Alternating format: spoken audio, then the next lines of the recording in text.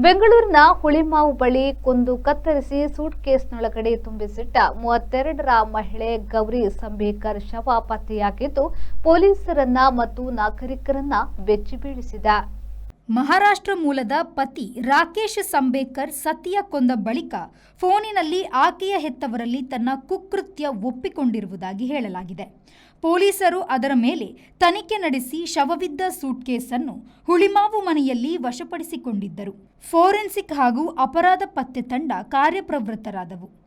ಪರಾರಿಯಾಗಿದ್ದ ರಾಕೇಶ್ ಸಂಬೇಕರ್ನನ್ನು ಪೊಲೀಸರು ಪುಣೆಯಲ್ಲಿ ಬಂಧಿಸಿದ್ದಾರೆ. Bureau report V4 news Bengaluru.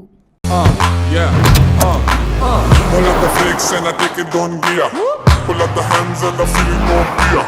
I dig a don, I sick a don. Take it on the row and the show and the pull up the flicks and Volkswagen Virtus, German engineered for unmatched safety.